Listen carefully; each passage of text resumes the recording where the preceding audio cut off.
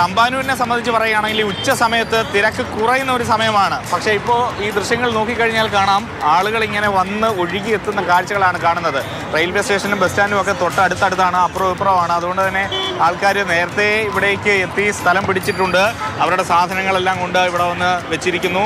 കട്ടയൊക്കെ അടുക്കി നാളെ പൊങ്കാലയ്ക്ക് വേണ്ടിയുള്ളൊരു കാത്തിരിപ്പിലാണ്. നമ്മൾ കുറച്ച് നേരം മുമ്പ് ഇവിടെ വന്നപ്പോൾ ഒരു അമ്മ അവിടെ ഇരുന്ന് ഉറങ്ങുന്നുണ്ടായിരുന്നു. അതൊക്കെ കുറേ നേരം മുമ്പ് വന്നതാണ് എന്ന് തോന്നുന്നു. കാരണം ചെറിയൊരു തണലുണ്ടെങ്കിൽ അവിടെ ഉറങ്ങുന്ന ഒരു സ്ഥിതി.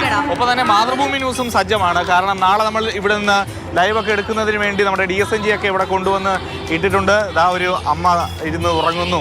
നേരത്തെ വന്നതാണ്, സ്ഥലമൊക്കെ പിടിച്ചതിന് ശേഷം ഇവിടെ ഇരുന്ന് ഉറങ്ങുന്നു. ഇനി നാളെ വരെയുള്ള കാത്തിരിപ്പാണ്. നാളെ പൊങ്കാല ഇടുന്നതിന് വേണ്ടിയുള്ളൊരു കാത്തിരിപ്പിലാണ് ആകെ മൊത്തം ഈ തമ്പാനൂരിലുള്ളതെന്ന് പറയാം. കാരണം നമുക്ക് ആ ദൃശ്യങ്ങളിൽ അങ്ങോട്ടേക്കൊക്കെ നോക്കിക്കഴിഞ്ഞാൽ തമ്പാനൂരിൽ ഏറ്റവും അധികം തിരക്കുള്ളത് ഈ ഭാഗങ്ങളിലാണ്. ആ റൗണ്ട് ബോട്ടത്തിലാണ് തിരക്ക് ഭയങ്കരമായിട്ട് തന്നെ ഉള്ളത്.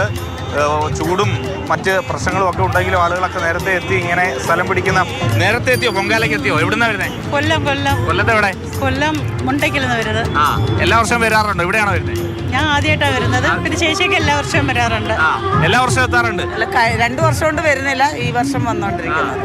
സ്ഥിരമായിട്ട് ഇവിടെയാണോ? തമ്പാനൂരാണോ? ഞങ്ങൾ ഇവിടെ തന്നെയാണ് ഇടുന്നത്. അമ്പലത്തിൽ പോയാ? അമ്പലത്തിൽ ഇന്ന് കഴിഞ്ഞ ചൊവ്വാഴ്ച പോയായിരുന്നു. കുറെ ഇനി നാളെ വരെ ഇവിടെ തന്നെ തുടരുമോ? നാളെ തന്നെ ഇവിടെ തുടരും. പൊങ്കാല കഴിഞ്ഞിട്ട് പോകും. അതുവരെ ഇവിടെ തന്നെയാണ്. ആ ഒരു കാത്തിരിപ്പിലാണ് അവരെല്ലാം ഉള്ളത്. കൊല്ലത്താണ്. എവിടുന്നാ? കൊല്ലം. നിങ്ങളെല്ലാം ഒന്നിച്ചാണോ? കൊല്ലത്ത് വന്നവരാണ്. അതോടൊപ്പം ഒരുപാട് പേര് ഇപ്പോൾ ഈ ട്രെയിൻ അടുത്ത സമയത്ത് അങ്ങോട്ട് വന്നിട്ടുണ്ട്. അതുകൊണ്ട് തന്നെ ഒരുപാട് പേര് ഇങ്ങോട്ടേക്ക് ഒഴുകി എത്തുന്നു. കാരണം റെയിൽവേ സ്റ്റേഷൻ്റെ മുൻവശത്തൊക്കെ നോക്കിക്കഴിഞ്ഞാൽ വലിയ തോതിലുള്ളൊരു തിരക്ക് ഉണ്ട്.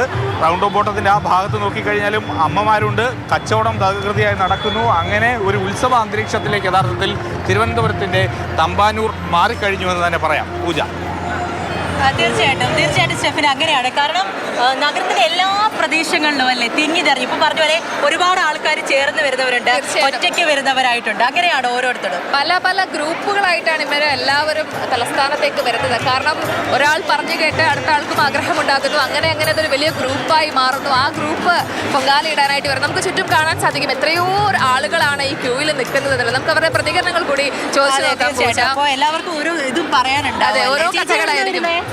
ചേർത്തലേത് എല്ലാ തവണ വരാറുണ്ടോ? അതെയോ? എത്ര വർഷമായി? ഒരു 18 വർഷം.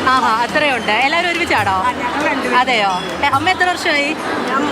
മൂന്നാമത്തെ വർഷം. എവിടെയാ പൊങ്കാല ഇടുന്നത്? ഇത് ഇവിടെ ഒരു വീടുണ്ട്. വീട് അവിടെ അടുത്തായിട്ട് ഹോസ്പിറ്റൽ അവിടെ അങ്ങാണ്. കുറെ നേരം ക്യൂവിൽ നിൽക്കാൻ തുടങ്ങി. 3 മണിക്കൂറായല്ലേ? എന്നാലും തൊഴുതിട്ടേ പോകുന്നുള്ളൂ. എത്ര താമസിച്ചാലും തൊഴുതിട്ട് 4 മണിക്കൂറായി കൊച്ചു നിൽക്കാൻ. എത്ര താമസിച്ചാലും അമ്മയെ കണ്ട ശേഷമേ പോകത്തില്ല. ഇത്രയും കഷ്ടപ്പെട്ട് വന്നതല്ലേ. എറണാകുളം പറവൂരുന്ന്. എല്ലാ തവണ വരുന്നതാണോ?